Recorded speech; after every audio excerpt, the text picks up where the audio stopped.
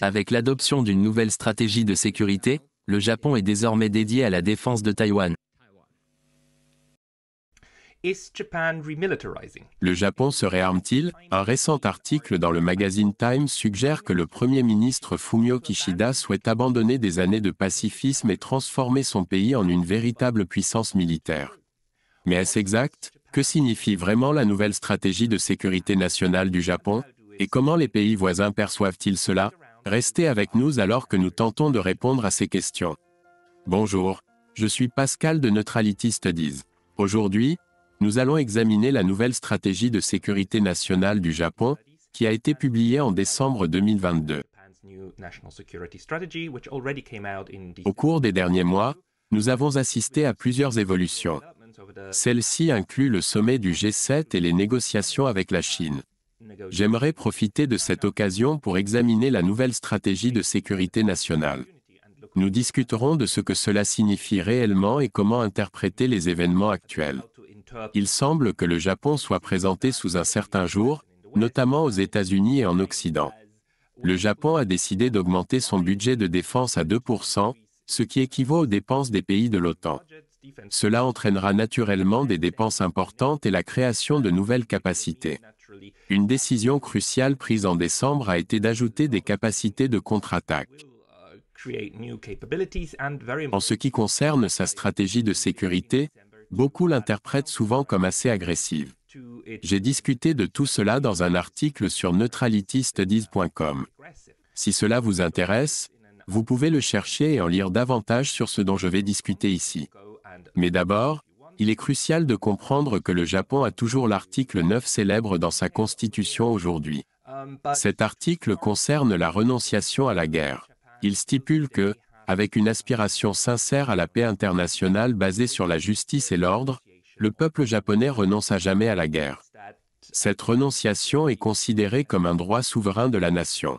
Il renonce également à la menace ou à l'utilisation de la force comme moyen de résoudre les différends internationaux. Pour atteindre l'objectif mentionné dans le paragraphe précédent, il n'y aura pas de maintenance des forces terrestres, maritimes et aériennes, ni d'autres potentiels de guerre. Le droit de l'État de faire la guerre ne sera pas reconnu. Cet article a été rédigé pour le Japon par les forces d'occupation américaines vers 1945, 1946 et 1947. À cette époque, le Japon n'était pas une nation souveraine. C'était un pays vaincu après la Seconde Guerre mondiale. Les forces d'occupation dirigées par MacArthur étaient responsables de la création de cet article et de la plupart de la Constitution. Malgré l'existence de cet article, il est important de noter que le Japon maintient toujours des forces militaires. En fait, dans le classement mondial de la puissance militaire, connu sous le nom de classement de la puissance mondiale, le Japon occupe la 8e position. Donc, pour un pays qui n'a pas de forces terrestres, maritimes ou aériennes, c'est assez élevé. Je veux dire, le Japon se classe plus haut que la France, l'Italie et même la Turquie. Alors, comment cela fonctionne-t-il? Eh bien, le Japon entretient ce qu'on appelle des forces d'autodéfense. C'était une façon astucieuse pour le Japon de reconstruire son armée sans la rendre trop grande ou menaçante. Il est important de noter que, conformément à sa constitution, le Japon a évité d'utiliser son armée à des fins offensives au cours des 70 dernières années. Il n'a même pas participé à des opérations de maintien de la paix avant environ 2003. Après cela, il a progressivement commencé à intégrer ses forces d'autodéfense dans des missions à l'étranger. Le Japon possède bel et bien une armée, mais elle n'a pas vraiment été utilisée. La deuxième partie de l'article 9, plus précisément le deuxième paragraphe, est ce que les faucons du processus politique japonais ont toujours voulu changer. Ils veulent éliminer la deuxième partie.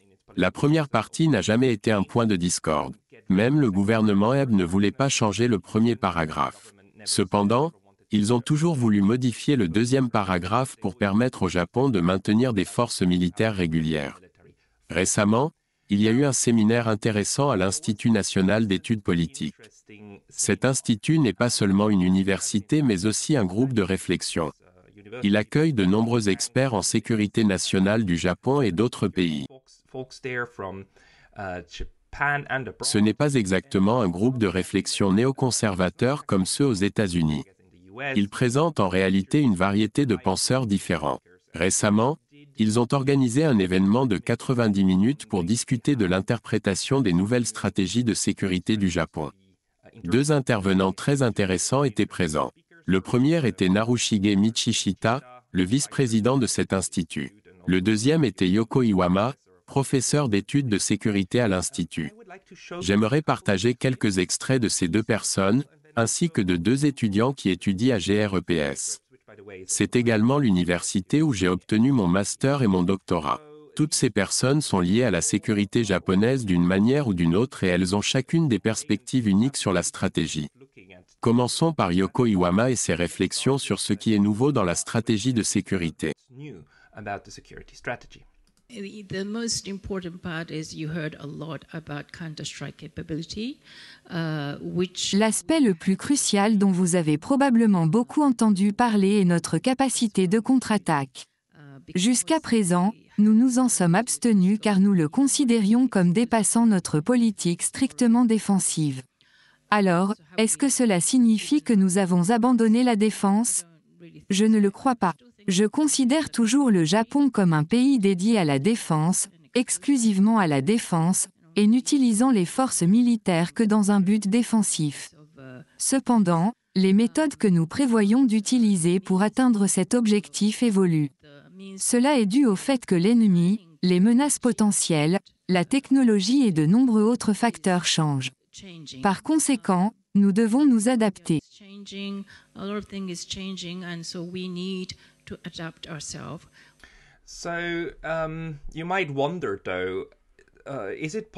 Donc, vous vous demandez peut-être s'il est possible d'inclure des capacités de contre-attaque dans votre stratégie de défense tout en la considérant toujours comme défensive?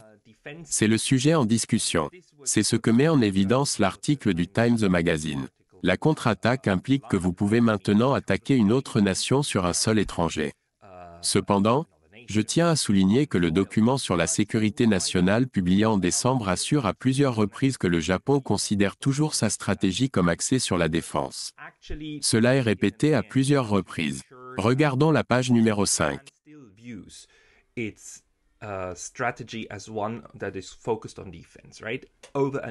En tant que nation qui valorise la paix, le Japon s'en tiendra à la politique fondamentale de maintenir une approche défensive, sans devenir une puissance militaire qui menace d'autres pays. Il respectera également les 3 principes de non-nucléarisation. Quels sont ces 3 principes de non-nucléarisation? Si vous visitez le ministère des Affaires étrangères, il est clairement indiqué que ces principes consistent à ne pas posséder, ne pas produire et ne pas permettre l'introduction d'armes nucléaires. Cela signifie qu'aucune arme nucléaire ne peut transiter sur le sol japonais. C'est la promesse que le Japon a faite et qu'il respecte depuis très longtemps. C'est la raison pour laquelle le Japon bénéficie de la protection nucléaire des États-Unis. Les États-Unis se sont engagés à soutenir le Japon à travers leur alliance. Ce soutien inclut la défense du Japon avec des armes conventionnelles. De plus, si le Japon devait subir une attaque nucléaire, les États-Unis réagiraient comme si l'attaque avait eu lieu sur leur propre territoire. Cela impliquerait une riposte avec un missile nucléaire. Par conséquent, le Japon est protégé par un parapluie nucléaire, même s'il ne possède pas ses propres armes nucléaires. Le Japon affirme constamment qu'il ne développera pas ses propres armes nucléaires. Cependant, c'est quelque chose d'un secret de polichinelle, en particulier au sein des cercles de sécurité, que le Japon pourrait potentiellement développer une arme nucléaire en l'espace de 6 mois. Cela est dû à leur programme civil, qui pourrait aboutir à une bombe nucléaire japonaise dans ce laps de temps. Cette bombe pourrait ensuite être montée sur les missiles japonais qu'ils possèdent actuellement. Ils sont compétents dans cette miniaturisation. Cependant, à l'heure actuelle, personne, en particulier aucun politicien, ne discuterait jamais de cela dans un forum public. Les politiciens n'envisagent pas cela comme une pensée. C'est le pire scénario qui se déroule à Tokyo. Mais ce n'est pas quelque chose que l'on pourrait dire publiquement car le tabou nucléaire est extrêmement fort dans ce pays. Donc voilà un point. L'autre point que le document mentionne est que l'alliance Japon-États-Unis, y compris les dispositions pour la dissuasion étendue, dont je viens de parler, continuera d'être la pierre angulaire de la politique de sécurité nationale du Japon.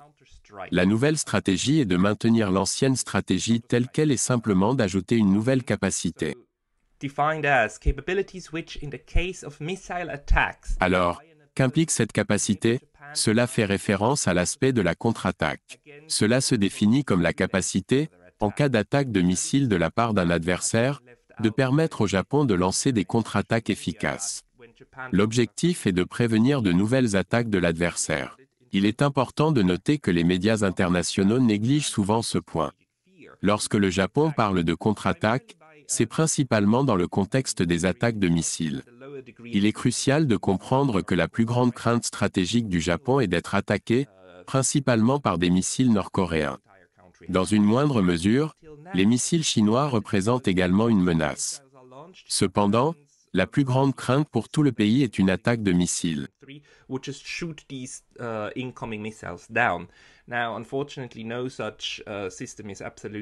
Jusqu'à présent, la stratégie a été d'utiliser le système de défense antimissile du Japon pour abattre tous les missiles lancés. Ce système est en développement depuis 2003. Cependant, aucun système n'est totalement sûr. Il y a un risque important que certains missiles puissent pénétrer la défense, en particulier étant donné que la Corée du Nord a augmenté sa capacité de missiles. Ils en ont maintenant plus, et s'ils en lancent plusieurs en même temps, il est très probable qu'au moins un réussisse à passer.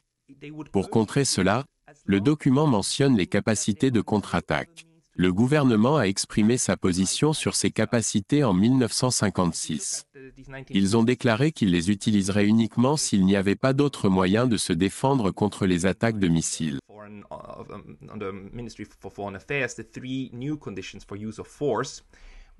Si nous examinons l'interprétation de la Constitution de 1956, nous trouvons 3 nouvelles conditions pour l'utilisation de la force énoncées par le ministère des Affaires étrangères. Premièrement, lorsqu'une attaque armée contre le Japon se produit. Deuxièmement, lorsqu'une attaque armée contre un pays étranger ayant des liens étroits avec le Japon, comme les États-Unis, se produit et menace par conséquent la survie du Japon.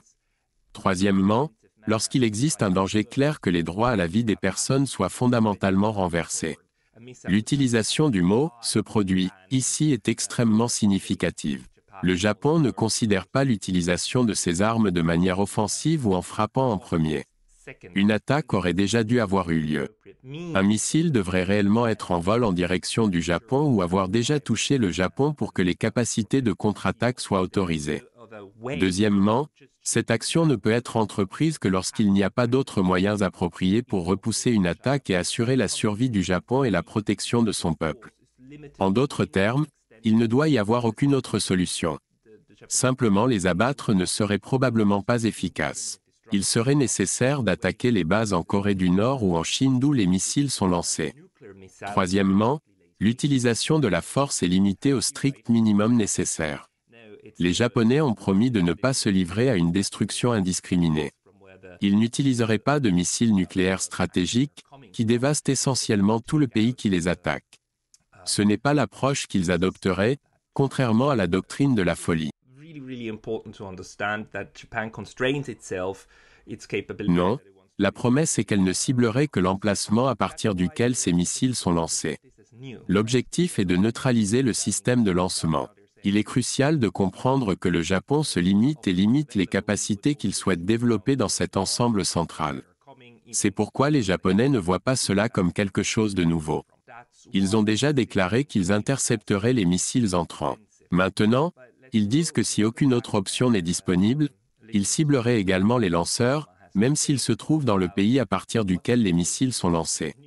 C'est pourquoi cela est toujours considéré comme essentiellement défensif. Mais revenons sur ce que Yoko Iwama a dit à propos de ce qui est nouveau dans cette stratégie de défense.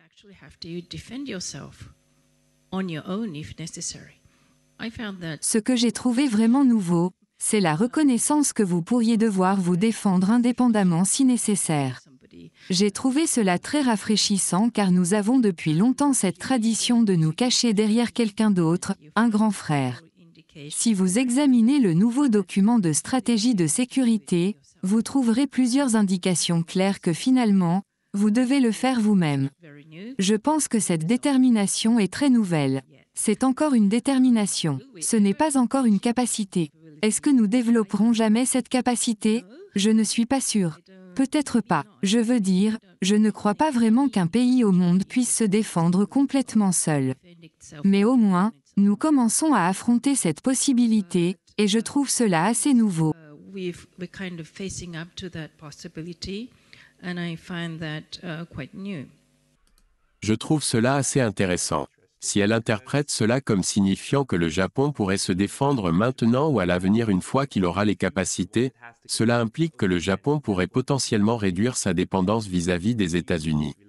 Il pourrait construire ce que les Français appellent une autonomie stratégique. Cependant, il est incertain s'il ira dans cette direction ou non. Tout le monde n'interprète pas la stratégie de sécurité nationale de la même manière.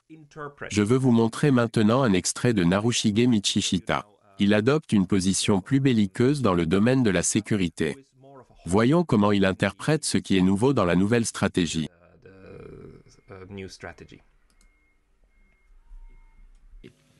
Simply put, well, Japan is trying to do many different things, but simply put, Japan... En termes plus simples, le Japon tente différentes stratégies. L'une d'entre elles est l'adoption récente d'une nouvelle stratégie de sécurité.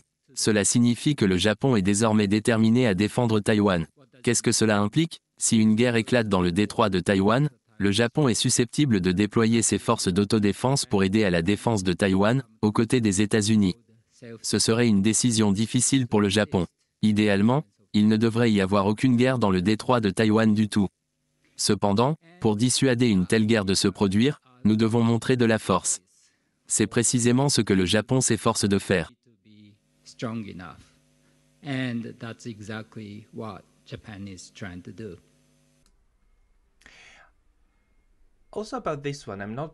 De plus, je ne suis pas complètement sûr de celui-ci. Si nous examinons la nouvelle stratégie de sécurité nationale et que nous lisons réellement ce qu'elle dit à propos de Taïwan, Taïwan n'est mentionné que sur 2 pages, plus ou moins. Voici la première, le premier paragraphe. Il dit ceci. Alors que la Chine maintient sa politique de réunification pacifique avec Taïwan, elle n'a pas nié la possibilité d'utiliser la force militaire. C'est vrai. De plus, la Chine a intensifié ses activités militaires en mer et dans l'espace aérien autour de Taïwan. Cela inclut le lancement de missiles balistiques dans les eaux près du Japon. Les préoccupations concernant la paix et la stabilité dans le détroit de Taïwan augmentent rapidement. Cela concerne non seulement la région Indo-Pacifique, y compris le Japon, mais aussi l'ensemble de la communauté internationale. Oui, tout cela est correct. Ce ne sont que quelques faits. Très bien. Maintenant, voyons où d'autres Taïwan est mentionné. Il est à nouveau mentionné ici à la page 14. La relation entre le Japon et Taïwan est maintenue en tant que relation de travail non gouvernementale.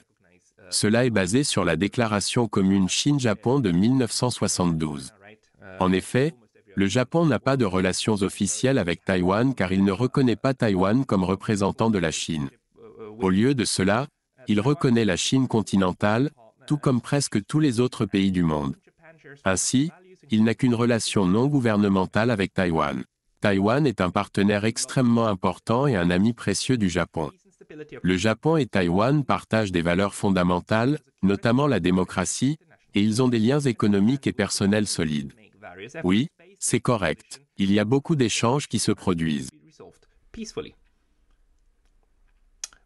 La paix et la stabilité dans le détroit de Taïwan sont cruciales pour la sécurité et la prospérité de la communauté internationale. Le Japon continuera à déployer divers efforts pour maintenir cela. Il le fait en se basant sur sa conviction que les problèmes entre les 2 côtés du détroit devraient être résolus pacifiquement. Cependant, il est difficile d'interpréter à partir du nouveau texte de stratégie de sécurité du Japon que le Japon défendrait automatiquement Taïwan. Cet aspect est assez vague. Je comprends comment les faucons à Tokyo et à Washington aimeraient interpréter la détermination du Japon. Ils pourraient le voir comme interventionniste, suggérant que le Japon, aux côtés des États-Unis, défendrait militairement Taïwan. Mais cette interprétation n'est pas explicitement mentionnée dans la stratégie de sécurité.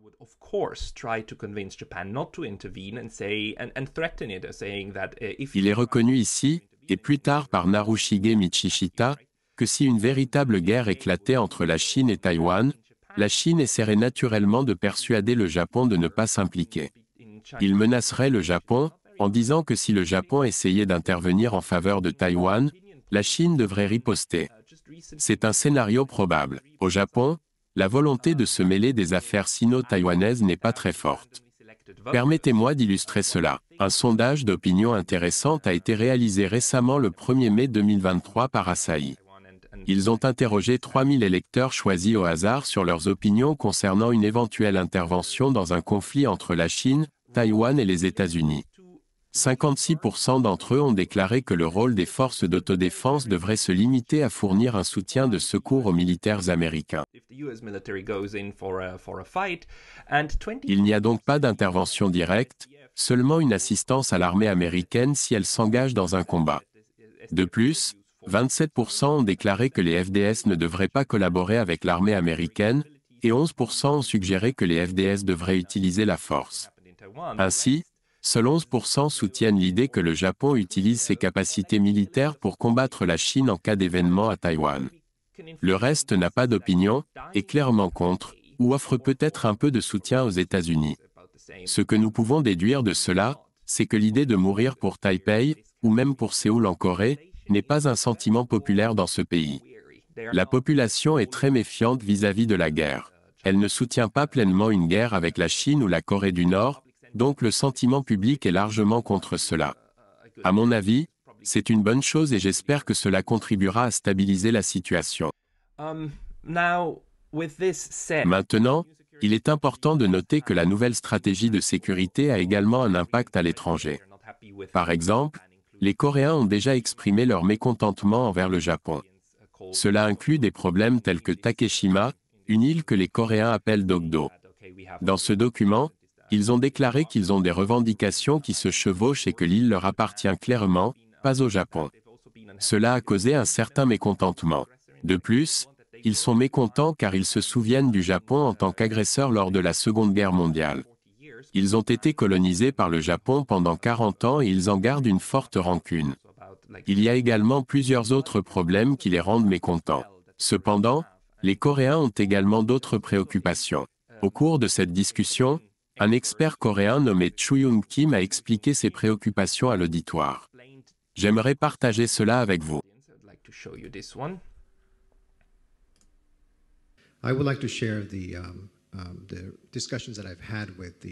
Je veux partager les discussions que j'ai eues avec des dizaines d'experts sud-coréens en défense sur ce sujet.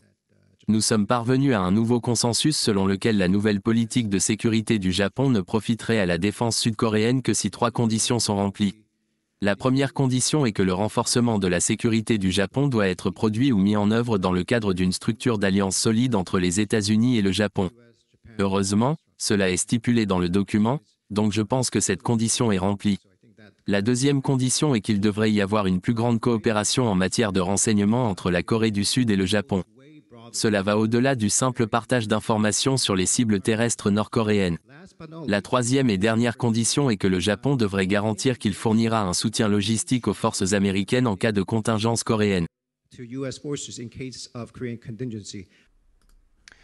Aussi intéressant, n'est-ce pas? Je veux dire, les Coréens ne considéreraient le Japon comme un partenaire fiable que s'il fait partie d'une structure de défense plus large. Ils sont préoccupés par le fait que le Japon ne partage pas suffisamment de renseignements, et ils ont une très bonne raison pour cela. Maintenant, écoutez la deuxième partie de son discours. La situation deviendra plus compliquée lorsque le Japon introduira des armes hypersoniques vers 2030. En raison de leur vitesse, ces armes pourraient potentiellement neutraliser les lanceurs mobiles. Cela pourrait inutilement aggraver la situation dans la péninsule coréenne. Notre équipe d'experts coréens a envisagé un scénario. Que se passerait-il si la Corée du Nord lançait un missile sur les bases américaines en Corée du Sud? Ce missile ne serait pas équipé d'une tête nucléaire, mais d'une charge explosive conventionnelle. Si les forces combinées sud-coréennes et américaines interprètent cette attaque comme n'étant pas le prélude à une attaque ultérieure plus importante, nous réagirions de manière mesurée. Cependant, si le Japon perçoit cette situation comme une menace directe pour ses intérêts nationaux, il pourrait activer la légitime défense collective. Il pourrait lancer l'une de leurs armes hypersoniques pour neutraliser les lanceurs nord-coréens. Si cela se produit, la Corée du Nord pourrait riposter contre la Corée du Sud. C'est possible pour eux et cela pourrait inutilement aggraver la situation. Par conséquent, la Corée du Sud et le Japon devraient partager des renseignements. Il est important que nous soyons sur la même longueur d'onde, surtout lorsqu'il s'agit d'armes hypersoniques. Aussi intéressant, n'est-ce pas? Il y a des problèmes tactiques où le Japon pourrait devenir imprévisible et perturber la relation stratégique entre la Corée du Nord et la Corée du Sud. Cela pourrait particulièrement se produire en cas d'échange de tirs. Une telle situation pourrait alors aggraver les choses au-delà de ce qui est nécessaire. Maintenant, une autre personne de ce panel est un étudiant taïwanais à l'Institut des études supérieures. Il rédige actuellement sa thèse de doctorat là-bas. Il est également le fils du ministre des Affaires étrangères taïwanais actuel. Cependant, Diwu ne représente pas son père, la nation de Taïwan, ni personne d'autre que lui-même. Son interprétation de ce que la stratégie de sécurité signifie pour Taïwan est intéressante. Il la considère de manière plus positive que son homologue coréen. Il met également l'accent sur l'importance de la collaboration entre le Japon et la Chine. Écoutons ce qu'il a à dire. La montée en puissance du Japon est significative pour la région pour une autre raison. L'Asie a besoin d'une puissance locale qui ancre constamment ses intérêts dans cette région. Bien que nous ayons la chance d'avoir les États-Unis comme fournisseurs de sécurité, les États-Unis sont une puissance mondiale avec diverses responsabilités. De nombreux pays asiatiques, y compris Taïwan, se souviennent quand les États-Unis ont redirigé stratégiquement leurs ressources ailleurs pendant le choc pétrolier de Nixon et la guerre contre le terrorisme. L'agression russe contre l'Ukraine épuise également les ressources des États-Unis. En février 2023, les États-Unis ont fourni 46,6 milliards de dollars d'aide militaire à l'Ukraine. Cet engagement mondial épuise les réserves d'armes des États-Unis et surcharge sa base industrielle de défense. Par conséquent, la livraison de nombreuses armes à Taïwan, telles que les Javelot et les Stingers, a été retardée. Par le passé, des pays asiatiques partageant les mêmes idées pouvaient rediriger les ressources de l'Amérique ailleurs pendant les années 1970 et 2000. Cependant, la situation géopolitique actuelle ne le permet pas. Il est donc crucial que le Japon, la troisième plus grande économie mondiale, se lève et devienne une puissance asiatique plus importante. Une autre raison pour laquelle le Forum de sécurité de l'année dernière au Japon était importante est qu'il mettait l'accent sur les capacités. Avec des capacités améliorées, le Japon peut devenir plus indépendant dans la prise de décision de sa politique étrangère. Je soutiendrai que cela ne conduit pas nécessairement à un environnement régional plus stable. Mon raisonnement est que les pays asiatiques, étant géographiquement proches de la Chine, sont susceptibles d'avoir des politiques différentes à l'égard de la Chine par rapport aux États-Unis. Seulement 8,6% des exportations américaines vont vers la Chine, tandis que les pays de la région ont des pourcentages beaucoup plus élevés. Le Japon envoie 22% de ses exportations vers la Chine, la Corée 25%, Taïwan 40% et les pays de l'ASEAN 20%.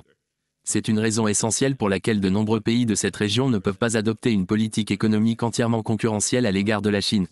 Cela est évident dans notre position vis-à-vis de l'initiative Belt and Road, de la politique de désolidarisation des États-Unis et du partenariat économique régional global, également connu sous le nom de RCEP. Donc, si le Japon devient plus fort et plus indépendant, une relation différente avec la Chine pourrait être possible. Cela est particulièrement vrai en termes d'économie. Il est important de rassurer la Chine que la compétition stratégique actuelle n'est pas une politique de containment total. Cette assurance est un moyen de dissuasion clé pour l'avenir. Enfin, je tiens à souligner que le Japon a un avantage unique dans la formation de l'ordre régional. Cet avantage est la confiance qu'il inspire aux autres pays de la région. À la fois Taïwan et les pays de l'ASEAN ont un haut niveau de confiance envers le Japon. Une enquête menée par l'Association d'échange Japon-Taïwan, qui fait office d'ambassade à Taïwan, a montré que plus de Taïwanais estiment que l'île devrait développer une relation plus étroite avec le Japon qu'avec les États-Unis. De plus, même pendant l'administration pro-Chine de Ma Ying-jeou, le nombre de personnes favorisant une relation étroite avec le Japon était à peu près égal à celui favorisant une relation étroite avec la Chine. Parallèlement, selon l'enquête sur l'état de l'Asie du Sud-Est menée de 2019 à 2023, le Japon a été la puissance majeure la plus fiable parmi les pays de l'ASEAN. Il est important de noter que, comparé aux États-Unis, la confiance envers le Japon de la part de l'ASEAN a été assez stable. La confiance constante envers le Japon à la fois de la part de Taïwan et de l'ASEAN pourrait être le résultat de ce que j'ai mentionné précédemment. Le Japon est une puissance asiatique dont les intérêts sont constamment et solidement ancrés dans cette région. Par conséquent, les pays de la région peuvent s'attendre à ce que le Japon représente au mieux leurs intérêts. Une autre raison, je soutiens, et la manière dont la Chine présente les dynamiques régionales actuelles. Ils prétendent que la compétition stratégique en cours est due aux efforts de l'Amérique pour maintenir sa domination. Que ce soit par le biais de la propagande officielle ou de la guerre de désinformation cachée, l'objectif principal de la Chine a été de saper la légitimité des États-Unis dans cette région. Taïwan est confronté au même problème. Les politiciens et les médias pro-chinois sur l'île font écho à la propagande chinoise. Ils accusent les États-Unis de pousser Taïwan dans une lutte de pouvoir plus vaste, mettant ainsi en danger la vie des Taïwanais. Ils ont cité des exemples tels que le changement des relations diplomatiques de Washington vers Pékin en 1979 pour présenter les États-Unis comme une puissance peu fiable et intéressée. En revanche, le Japon a largement évité de telles critiques. Par conséquent, avec la confiance de nombreux pays de la région, le Japon est bien placé pour façonner l'ordre régional sans contribuer à la propagande chinoise axée sur les États-Unis. Il est intéressant qu'un expert en sécurité taïwanais souligne l'importance pour le Japon d'avoir plus d'autonomie. Cette autonomie implique également une indépendance vis-à-vis des États-Unis. C'est crucial pour le Japon d'équilibrer son rôle avec la Chine et de confirmer que la Chine n'est pas contenue. Il s'agit plutôt de maintenir l'ordre régional. À ce stade, il n'est pas clair si la nouvelle stratégie de sécurité entraînera une escalade ou une désescalade.